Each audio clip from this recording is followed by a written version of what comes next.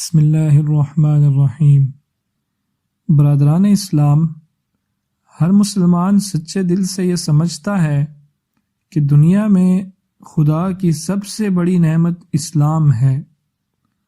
ہر مسلمان اس بات پر خدا کا شکر ادا کرتا ہے کہ اس نے نبی کریم صلی اللہ علیہ وسلم کی امت میں اس کو شامل کیا اور اسلام کی نعمت اس کو عطا کی۔ خود اللہ تعالیٰ بھی اس کو اپنے بندوں پر اپنا سب سے بڑا انعام قرار دیتے ہیں، جیسا کہ قرآن میں ارشاد ہوا، الَّوْمَ أَكْمَلْتُ لَكُمْ دِينَكُمْ وَأَتْمَمْتُ عَلَيْكُمْ نِعْمَتِي وَرَضِيتُ لَكُمُ الْإِسْلَامَ دِينًا۔ آج میں نے تمہارا دین تمہارے لیے مکمل کر دیا اور تم پر اپنی نعمت پوری کر دی اور تمہارے لیے اس بات کو پسند کر لیا کہ تمہارا دین اسلام ہو۔ یہ احسان جو اللہ تعالیٰ نے آپ پر فرمایا ہے، اس کا حق ادا کرنا آپ پر فرض ہے، کیونکہ جو شخص کسی کے احسان کا حق ادا نہیں کرتا وہ احسان فراموش ہوتا ہے، اور سب سے بدتر احسان فراموشی یہ ہے کہ انسان اپنے خدا کے احسان کا حق بھول جائے۔ اب آپ پوچھیں گے کہ خدا کے احسان کا حق کس طرح ادا کیا جائے؟ میں اس کے جواب میں کہوں گا کہ جب خدا نے آپ کو امت محمدیہ میں شامل کیا ہے تو اس احسان کا صحیح شکر یہ ہے کہ آپ محمد صلی اللہ علیہ وسلم کے پورے پیرو بنے۔ جب خدا نے آپ کو مسلمانوں کی ملت میں شامل کیا ہے تو اس کی اس مہربانی کا حق آپ اسی طرح ادا کر سکتے ہیں کہ آپ پورے مسلمان بنیں۔ اس کے سوا خدا کے اس احسان عظیم کا حق آپ اور کسی طرح ادا نہیں کر سکتے، اور یہ حق اگر آپ نے ادا نہ کیا تو جتنا بڑا خدا کا احسان ہے اتنا ہی بڑا اس کی احسان فراموشی کا وبال بھی ہوگا۔ خدا ہم سب کو اس وبال سے بچائے، آمین۔ اس کے بعد آپ دوسرا سوال یہ کریں گے کہ آدمی پورا مسلمان کس طرح بن سکتا ہے؟ اس کا جواب بہت تفصیل چاہتا ہے، اور آئندہ جمعہ کے خطبوں میں اسی کا ایک جز آپ کے سامنے پوری تشریح کے ساتھ بیان کیا جائے گا۔ لیکن آج کے خطبہ میں آپ کے سامنے وہ چیز بیان کرتا ہوں جو مسلمان بننے کے لیے سب سے مقدم ہے، جس کو اس راستے کا سب سے پہلا قدم سمجھنا چاہیے۔ ذرا دماغ پر زور ڈال کر سوچئے کہ آپ مسلمان کا جو لفظ بولتے ہیں اس کا مطلب کیا ہے؟ کیا انسان ماں کے پیٹ سے اسلام ساتھ لے کے آتا ہے؟ کیا ایک شخص صرف اس بنا پر مسلمان ہوتا ہے کہ وہ مسلمان کا بیٹا اور مسلمان کا پوتا ہے؟ کیا مسلمان بھی اسی طرح مسلمان پیدا ہوتا ہے جس طرح ایک براہمن کا بچہ براہمن پیدا ہوتا ہے، ایک راجپوت کا بیٹا راجپوت اور ایک شودر کا بیٹا شودر؟ کیا مسلمان کسی نسل یا ذات برادری کا نام ہے؟ جس طرح ایک انگریز کسی انگریز کے گھر پیدا ہونے کی وجہ سے انگریز ہوتا ہے اور ایک جاٹ قوم میں پیدا ہونے کی وجہ سے جاٹ ہوتا ہے، اسی طرح ایک مسلمان صرف اس وجہ سے مسلمان ہو کہ وہ مسلمان نامی قوم میں پیدا ہوا ہے۔ یہ سوالات جو میں آپ سے پوچھ رہا ہوں، ان کا آپ کیا جواب دیں گے؟ آپ یہی کہیں گے نا کہ نہیں صاحب، مسلمان اس کو نہیں کہتے۔ مسلمان نسل کی وجہ سے مسلمان نہیں ہوتا بلکہ اسلام لانے کی وجہ سے مسلمان بنتا ہے، اور اگر وہ اسلام کو چھوڑ دے تو مسلمان نہیں رہتا۔ ایک شخص خواہ برہمن ہو یا راجپوت، انگریز ہو یا جاٹ، پنجابی ہو یا حبشی، جب اس نے اسلام قبول کر لیا تو مسلمانوں میں شامل ہو جائے گا، اور ایک دوسرا شخص جو مسلمان کے گھر میں پیدا ہوا اگر وہ اسلام کی پیروی چھوڑ دے تو وہ مسلمانوں کی جماعت سے خارج ہو جائے گا، چاہے وہ سید کا بیٹا ہو یا پٹھان کا۔ کیوں حضرات؟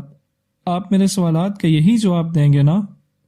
اچھا، تو اب خود آپ ہی کے جواب سے یہ بات معلوم ہو گئی کہ خدا کی یہ سب سے بڑی نعمت یعنی مسلمان ہونے کی نعمت جو آپ کو حاصل ہے، یہ کوئی نسلی چیز نہیں ہے کہ ماں باپ سے وراثت میں یہ خود بخود حاصل ہو جائے اور خود بخود تمام عمر آپ کے ساتھ لگی رہے، خواہ آپ اس کی پرواہ کریں یا نہ کریں، بلکہ یہ ایسی نعمت ہے کہ اس کے حاصل کرنے کے لیے خود آپ کی کوشش شرط ہے۔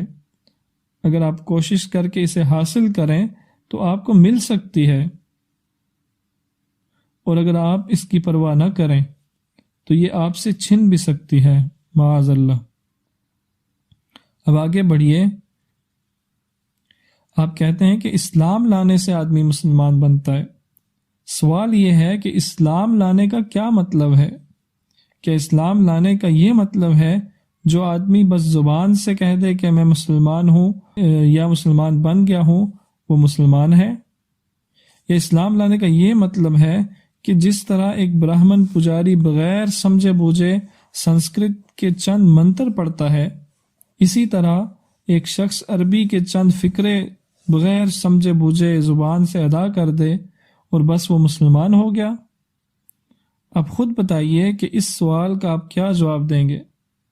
آپ یہی کہیں گے نا کہ اسلام لانے کا یہ مطلب ہے کہ حضرت محمد صلی اللہ علیہ وسلم نے جو تعلیم دی ہے اس کو آدمی جان بوجھ کر سمجھ کر دل سے قبول کرے اور اس کے مطابق عمل کرے۔ جو ایسا کرے وہ مسلمان ہے، اور جو ایسا نہ کرے وہ مسلمان نہیں ہے۔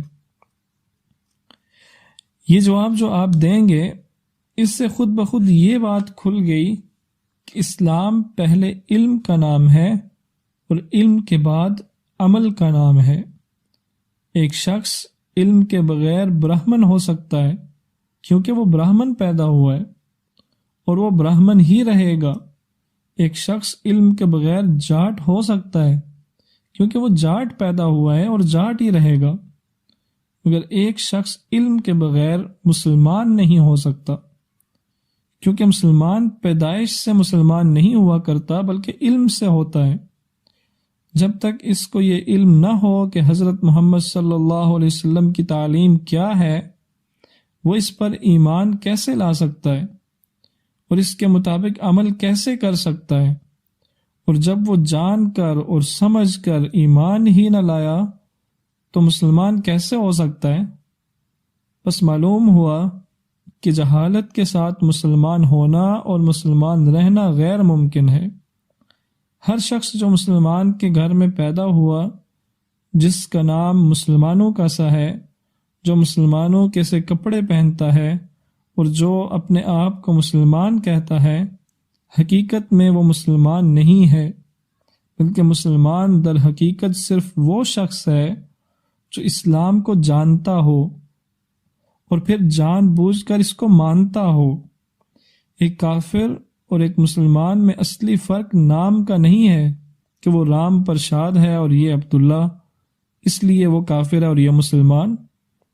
اسی طرح ایک کافر اور ایک مسلمان میں اصلی فرق لباس کا بھی نہیں ہے کہ وہ دھوتی پہنتا ہے اور یہ پاجامہ پہنتا ہے، اس لیے وہ کافر ہے اور یہ مسلمان، بلکہ اصلی فرق ان دونوں کے درمیان علم کا ہے۔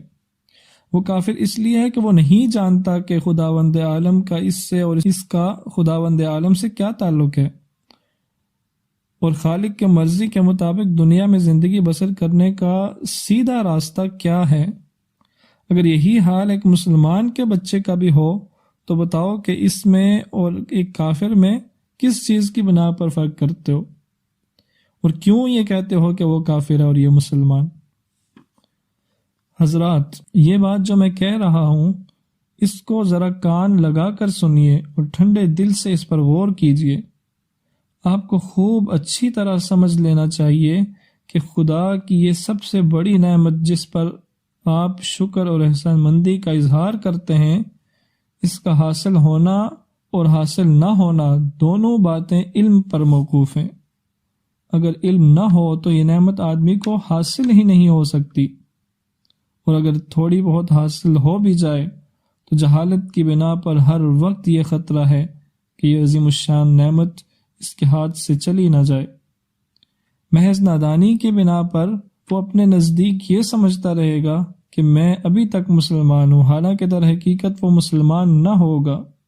جو شخص یہ جانتا ہی نہ ہو کہ اسلام اور کفر میں کیا فرق ہے اور اسلام اور شرک میں کیا امتیاز ہے، اس کی مثال تو بالکل ایسی ہے جیسے کوئی شخص اندھیرے میں ایک پگڈنڈی پر چل رہا ہو سکتا ہے کہ اس کی سیدھی لکیر پر چلتے چلتے خود اس کے قدم کسی دوسرے راستے کی طرف مڑ جائیں اور اس کو خبر بھی نہ ہو کہ سیدھی راہ سے ہٹ گیا ہو۔ اور یہ بھی ہو سکتا ہے کہ اس راستے میں کوئی دجال کھڑا ہوا مل جائے اور اس سے کہے کہ ارے میاں، تم اندھیرے میں راستہ بھول گئے ہو، آؤ میں تمہیں منزل تک پہنچا دوں۔ بیچارہ اندھیرے کا مسافر خود اپنی آنکھوں سے نہیں دیکھ سکتا کہ راستہ کون سا ہے، اس لیے نادانی کے ساتھ اپنا ہاتھ اس دجال کے ہاتھ میں دے دے گا اور وہ اس کو بھٹکا کر کہیں سے کہیں لے جائے گا۔ یہ خطرات اس شخص کو اسی لیے تو پیش آئے کہ اس کے پاس خود کوئی روشنی نہیں ہے، وہ خود اپنے راستے کے نشانات کو نہیں دیکھ سکتا۔ اگر اس کے پاس روشنی موجود ہو تو ظاہر ہے کہ وہ نہ راستہ بھولے گا اور نہ کوئی دوسرا اس کو بھٹکا سکے گا۔ بس اسی پر قیاس کر لیجئے کہ مسلمان کے لیے سب سے بڑا خطرہ اگر کوئی ہے تو وہ یہی ہے کہ وہ خود اسلام کی تعلیم سے ناواقف ہو، خود یہ نہ جانتا ہو کہ قرآن کیا سکھاتا ہے اور حضرت محمد صلی اللہ علیہ وسلم کیا ہدایت دے گئے ہیں۔ اس لیے جہالت کی وجہ سے وہ خود بھی بھٹک سکتا ہے اور دوسرے دجال بھی اس کو بھٹکا سکتے ہیں۔ لیکن اگر اس کے پاس علم کی روشنی ہو تو وہ زندگی کے ہر قدم پر اسلام کے سیدھے راستے کو دیکھ سکے گا، ہر قدم پر کفر اور شرک اور گمراہی اور فسق و فجور کے جو ٹیڑھے راستے بیچ میں آئیں گے ان کو پہچان کر ان سے بچ سکے گا، اور جو کوئی راستے میں اس کو بہکانے والا ملے گا تو اس کی دو چار باتیں ہی سن کر وہ خود سمجھ جائے گا کہ یہ بہکانے والا آدمی ہے، اس کی پیروی نہیں کرنی چاہیے۔ بھائیو، یہ علم جس کی ضرورت میں آپ سے بیان کر رہا ہوں، اس پر تمہارے اور تمہاری اولاد کے مسلمان ہونے اور مسلمان رہنے کا انحصار ہے۔ یہ کوئی معمولی چیز نہیں ہے کہ اس سے بے پرواہی کی جائے۔ تم اپنی کھیتی باڑی کے کام میں غفلت نہیں کرتے، اپنی زراعت کو پانی دینے اور اپنی فصلوں کی حفاظت کرنے میں غفلت نہیں کرتے، اپنے مویشیوں کو چارہ دینے میں غفلت نہیں کرتے، اپنے پیشے کے کاموں میں غفلت نہیں کرتے، محض اس لیے کہ اگر غفلت کرو گے تو بھوکے مر جاؤ گے اور جان جیسی عزیز چیز ضائع ہو جائے گی۔ پھر مجھے بتاؤ کہ علم کے حاصل کرنے میں کیوں غفلت کرتے ہو جس پر تمہارے مسلمان بننے اور مسلمان رہنے کا دار و مدار ہے؟ کیا اس میں یہ خطرہ نہیں ہے کہ ایمان جیسی عزیز چیز ضائع ہو جائے گی؟ کیا ایمان جان سے زیادہ عزیز چیز ہے؟ تم جان کی حفاظت کرنے والی چیزوں کے لیے جتنا وقت اور جتنی محنت صرف کرتے ہو، کیا اس وقت اور محنت کا 10واں حصہ بھی ایمان کی حفاظت کرنے والی چیز کے لیے صرف نہیں کر سکتے؟ میں تم سے یہ نہیں کہتا کہ تم میں سے ہر شخص مولوی بنے، بڑی بڑی کتابیں پڑھے اور اپنی عمر کے 10-12 سال پڑھنے میں مصروف کر دے۔ مسلمان بننے کے لیے اتنا پڑھنے کی ضرورت نہیں ہے۔ میں صرف یہ چاہتا ہوں کہ تم میں ہر شخص دن رات کے 24 گھنٹوں میں سے صرف 1 گھنٹہ علم دین سیکھنے میں صرف کرے۔ کم از کم اتنا علم ہر مسلمان بچے اور بوڑھے اور جوان کو حاصل ہونا چاہیے کہ قرآن جس مقصد کے لیے اور جو تعلیم لے کر آیا ہے اس کا لب لباب جان لے، نبی صلی اللہ علیہ وسلم جس چیز کو مٹانے کے لیے اور اس کی جگہ جو چیز قائم کرنے کے لیے تشریف لائے تھے اس کو خوب پہچان لے اور اس خاص طریقے زندگی سے واقف ہو جائے جو اللہ تعالیٰ نے مسلمانوں کے لیے مقرر کیا ہے۔ اتنے علم کے لیے کچھ بہت زیادہ وقت کی ضرورت نہیں ہے، اور اگر ایمان عزیز ہو تو اس کے لیے 1 گھنٹہ روز نکالنا کوئی مشکل نہیں ہے۔